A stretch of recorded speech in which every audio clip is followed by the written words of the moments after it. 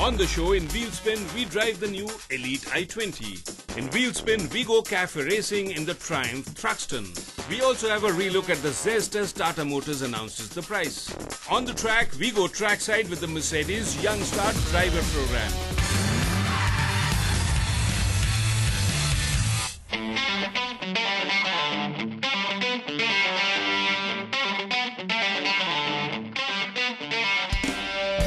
When the i20 was initially launched in 2008, it was hard to expect an expensive hatchback to disappear from the showrooms fast.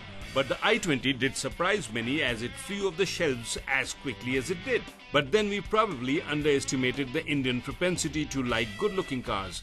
And a car as dishy as the i20 certainly caught the buyer's fancy.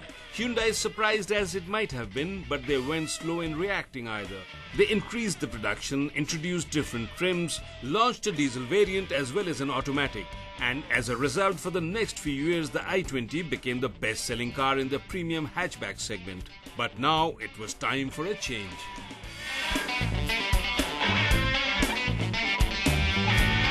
Hyundai recently launched the second generation of the i20, calling it the new Elite i20, and on the show last week we brought you the first glimpses of the car.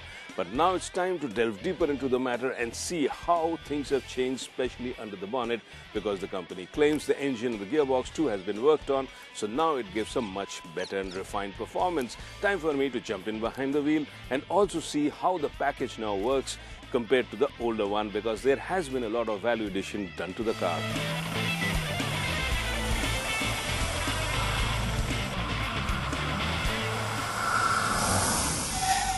5 years back when the i20 was launched, it was a radical change of design which caught the attention. Hyundai, till then known mostly for its cut and paste design, surprised the world with a car which looked fresh and, more importantly, attractive. Something which Hyundai till then had not been really known for. But then inside the design house, changes were brewing, and brewing fast. They were working on a new design language which would come to be known as the fluidic sculpture design. And the i20 was one of the first cars to have this new design language.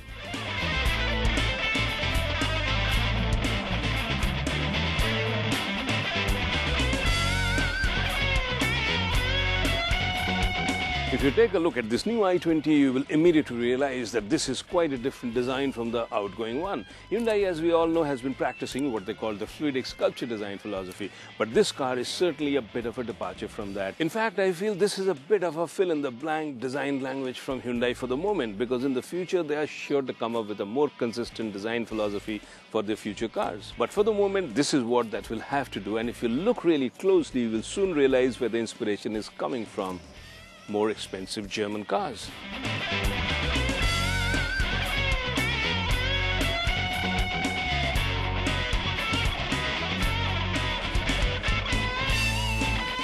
It is said that fashion is such a form of ugliness that they have to change it every now and then.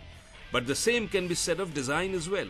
Nothing ages faster than a car which has been designed flamboyantly, and the fluidic sculpture philosophy ensured that the curves and the body lines were present in abundance. So the i20 did start looking a bit jaded, more so with other Hyundai cars sporting the same design trend. So it is understandable that Hyundai designers had to think fresh, and the result is this new Elite i20.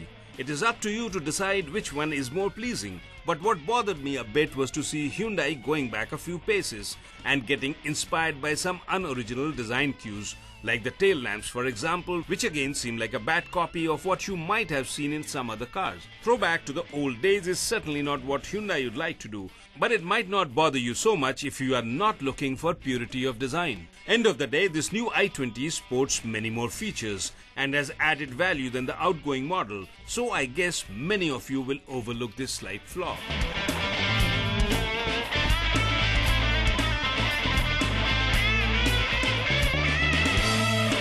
This new i22 would be available with both the petrol and the diesel engines, just like the old one.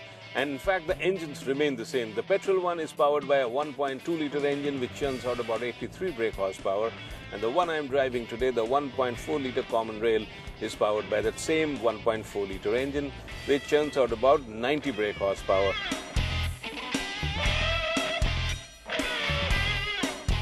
The company claims that even though the engines remain the same in terms of bore, stroke, even the power output and the capacity, but this is the next generation U series engine which is powering this diesel variant here. When you start driving this car, you don't see any perceptible difference in terms of the power output or how fast she darts from one traffic light to another. But after you drive it for a while, you notice that she's become much more refined and smoother. In fact, the company has worked extensively on the noise and vibration levels, and this is what has made this engine a lot more easy to live with and a lot more drivable. And another area where she has scored big time is in terms of fuel efficiency. This is one engine you'll be happy to drive on an everyday basis. According to ARI certification, the fuel efficiency is over 20 kilometers to a litre, and that's something that's going to please many buyers of this car.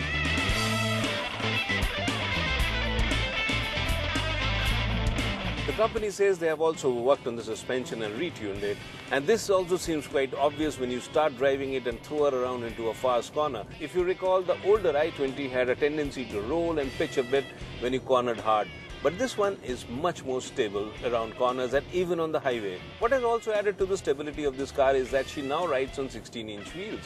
But unfortunately, the base model doesn't have 16-inch. Instead, it comes with 14-inch wheels. So I feel the handling might not be as solid as this one if you buy the base model. The interiors of this new i20 has had a full change, and this has become a really nice place to spend time in. Not only it looks very aesthetic with a dual tone fascia, beige and black, but it has also become very, very functional. If you look at the instrumentation here, it gives you so much information now. It gives you your service intervals, and if you park the car and your steering is at an acute angle, it tells you that straighten out the steering before you move out into traffic. Little things that makes the car so much more practical.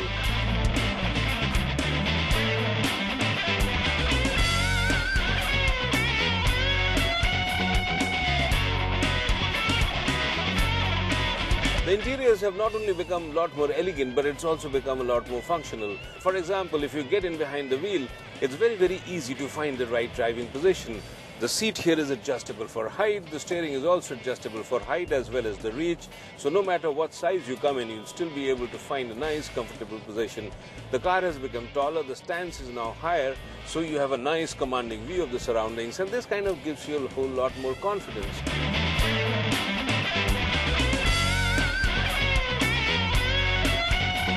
What I also like about this top trim that I am driving is that it comes with a complete package of safety features. 2 airbags, ABS with EVD, and something that Hyundai calls smart pedals. What it does is very simple. In case of a panic or emergency braking, if you press the brake hard and then with your other foot you also happen to press the throttle, what it does is override the throttle function. Pretty smart. Overall, the improvement to the engine, the changes in the design has made this i20 a whole lot more functional as well as a lot more desirable than the old one.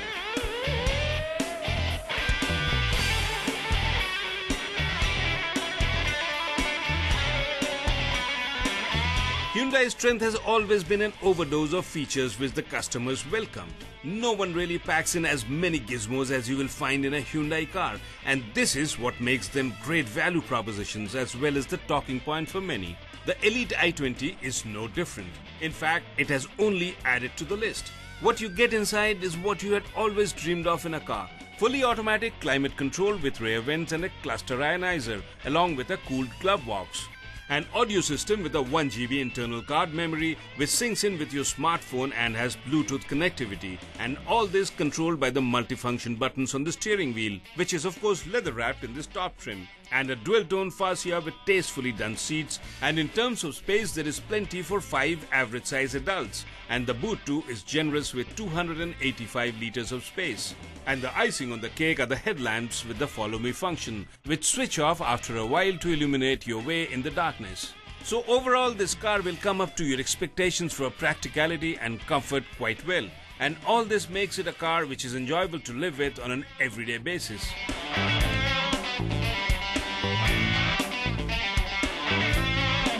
Well, the big question now is, am I really impressed with this new Elite i20? As a matter of fact, yes I am.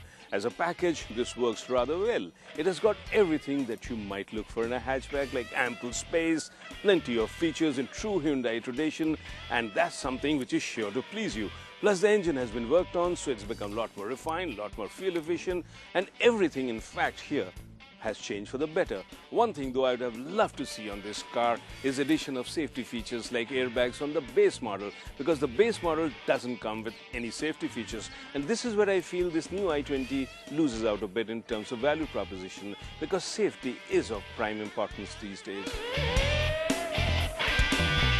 The Elite i20 will be sold in 5 trims for both the diesel as well as the petrol variant, and the base trim Era will be priced at Rs 6.09 lakhs for the diesel model and Rs 4.89 lakhs for the petrol one.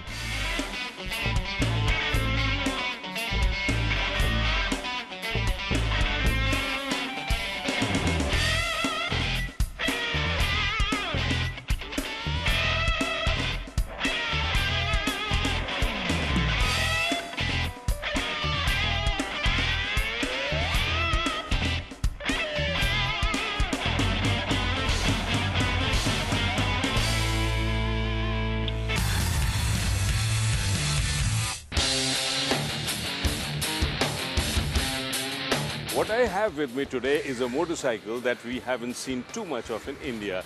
In the 1960s in UK, people invented something to amuse themselves. What they did was very simple. They got themselves a motorcycle, made it powerful, did it up to make it stylish, and then did something again which is rather simple. They went racing with it from cafe to cafe.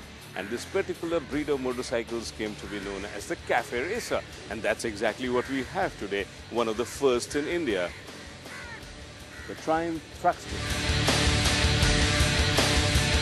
Triumph came into the Indian market late last year and brought in a complete range of motorcycles for their Indian customers, ranging from the retro-style Bonneville to the sports bike Daytona, and even the largest production bike, the 2300cc Rocket 3. The Thruxton is the lone cafe racer in the range that Triumph offers here.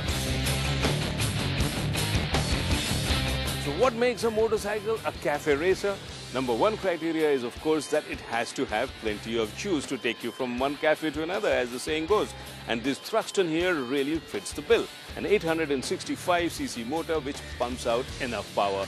Second very important thing is that the motorcycle has to be stylish. And here the Thruxton again fits the bill. Nice upswept exhaust, a big tank, a single seat here, plenty of chrome. The instrumentation too here is very minimum, 2 large dials, the tachometer, the speedometer and the odometer, just what you need in a bike perhaps. And the handlebar here is small, easy to grab, and it's very maneuverable. And at the end of this handlebar you have these mirrors. These look very stylish and give the bike a nice effect.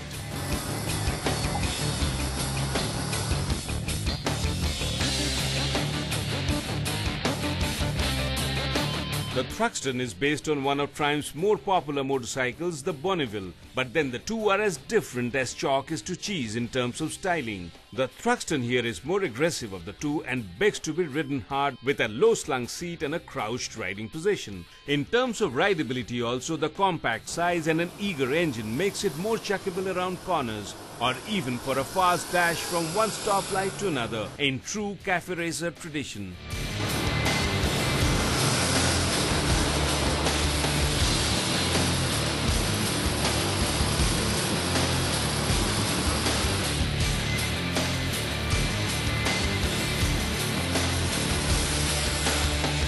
If like me you are wondering where this name Thruxton comes from, I can tell you that Thruxton is a famous racing circuit in the UK, and in the initial days when Triumph was racing, they enjoyed a lot of success on this track, so this motorcycle is named in honor of that circuit. The Thruxton here is powered by an 865cc parallel twin engine which churns out 69 brake horsepower and an identical 69 Newton meters of torque. You might not be very impressed with these figures initially, but what they really don't tell you is how smooth and refined this engine is. Twist the throttle and you instantly realize that the power delivery is very, very linear and you get up to the highway cruising speeds in almost no time. And this engine is mated to a 5-speed gearbox here, which is very easy to shift and even easier to find the neutral position in. In fact, this bike is small, it's compact, and it's very, very rideable. So much so that I am really tempted to ride this on an everyday basis.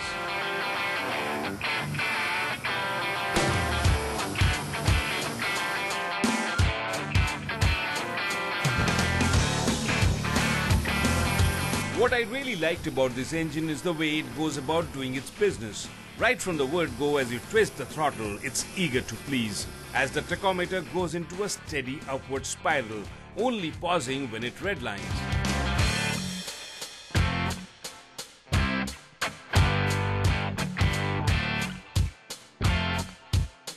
The gear shifting is smooth and the gearing is tall enough to encourage you to go quickly through the rev band. Okay, the top speed of around 140 kilometers is not really something which might impress you.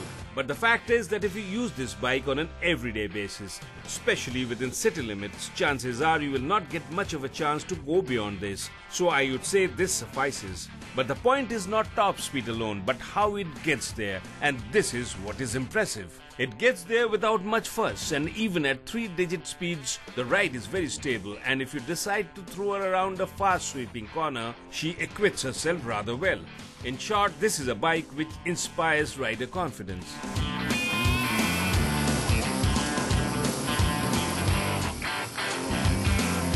Ergonomically, the Thruxton is nowhere as uncomfortable to ride as it initially seemed. Okay, it's a lean forward, crouched position, but it's not half as drastic as you would find on a superbike. The foot pegs are positioned backwards and the knee comes forward, and it's easy to grip the tank with your knees and find a nice comfortable riding position. The seats here are well padded and well cushioned, and even on a long ride this seems quite comfortable. So overall, the Thruxton is a very easy bike to ride. If you have an inherent dislike for motorcycles which make you crouch and lean forward to grab the handlebars, then the chances are you will not like this. But if you don't, then you will discover that this position has its advantages, as it helps you progress rather quickly with the body more streamlined. And if you like the sporty touch, then this Thruxton will not disappoint you. It's an easy bike to ride, and even in city traffic it doesn't make you sweat under your riding jacket, because the size ensures that you will always find some space to squeeze through traffic. And the engine with its ready power delivery helps you do this fast. So you soon realize that you are indeed covering the ground quite effectively, which tells me that I can actually ride this bike to work on an everyday basis and have some fun too.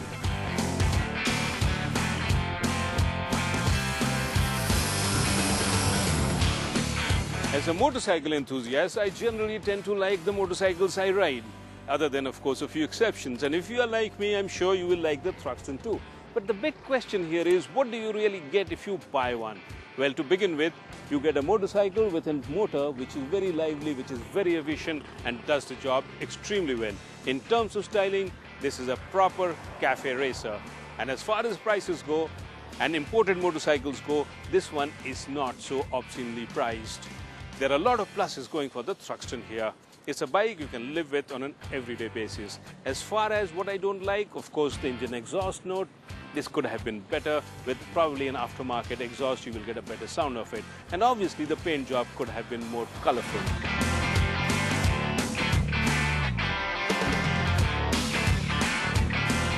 Thruxton is priced at Rs 6.66 lakhs ex-showroom in Delhi, and this is a fully built-up unit which is imported into India. And for this kind of a motorcycle, this is not really a bad deal, as you get a relatively bigger 865cc motor and a machine which is very usable even on an everyday basis.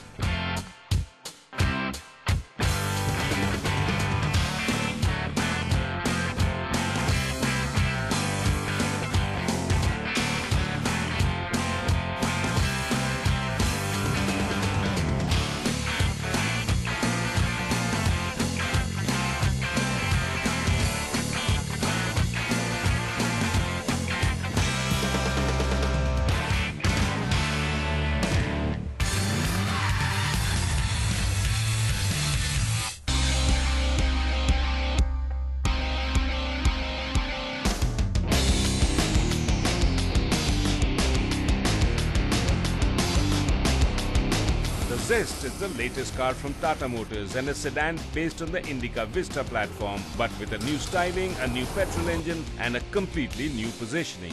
With this sedan, Tata Motor aims to target new customers who are looking to buy a vehicle which is easy to drive and even easier to own. We had carried a full review of the Zest, but it is only now that Tata has announced the prices for the Zest. And as to be expected, it is aggressively priced too. The base petrol model powered by the Revotron engine which Tata has developed in-house will be priced at Rs 4.64 lakhs starting. The base diesel powered by the 1.3-litre Quadrajet which is already doing duty on other models will start at Rs 5.64 lakhs. The Zest will be available in 4 trims in petrol and 5 trims in diesel. Tata Motors will also offer a warranty of 3 years or 1 lakh kilometers and a free 24/7 roadside assistance service for 3 years to enhance customer satisfaction.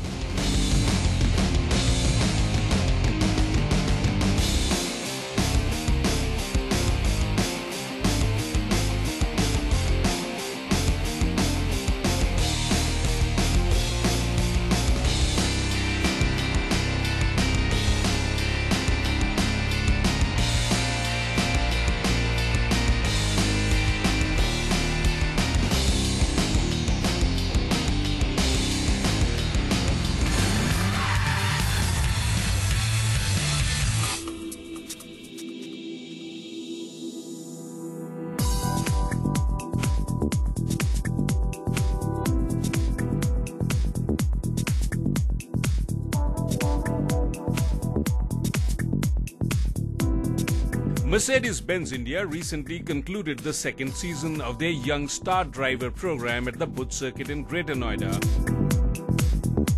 with Raj Bharat from Bangalore with a timing of 2 minutes and 26 seconds emerging as the winner. The Youngstar driver program is Mercedes' way of identifying potential young racing drivers and then encouraging them to a career in racing. It's a unique program to spot young talent, and this is the second season this program is running. According to the company, this initiative has been received very well by young racing enthusiasts. And this year, in the very second season, the number of entries have doubled to over 5,700. And what was even more encouraging was the fact that the entries came from across India and from many small towns. Considering that this program was only intended for people within the age group of 18 to 25, the response was indeed a surprise. The competition, as to be expected, was tough, and eventually it saw only 24 finalists reach the F1 circuit here to fight it out for the top 3 positions. And what they got to drive to register their fastest timing was equally exciting. Mercedes-Benz had recently launched their performance sedan, the CLA 45 AMG, and this is what they were driving.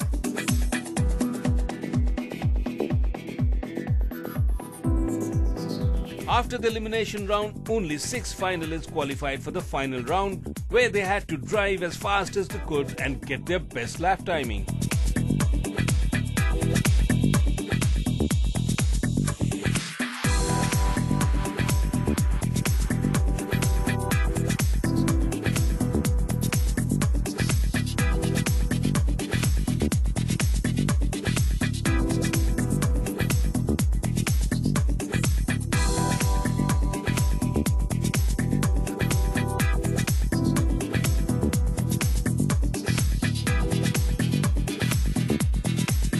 So the big question is, what does the winner really win? Something that may be the envy of many racing enthusiasts.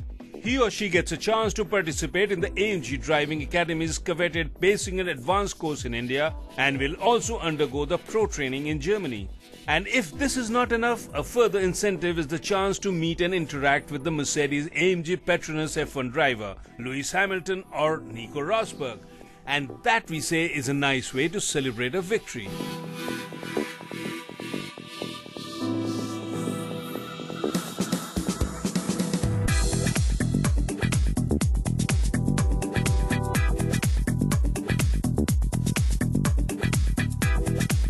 Hopefully, Mercedes will continue this program for a long time and provide a much-needed platform for the youngsters to hone their racing skills and graduate to the bigger league, something which is sorely lacking in Indian racing.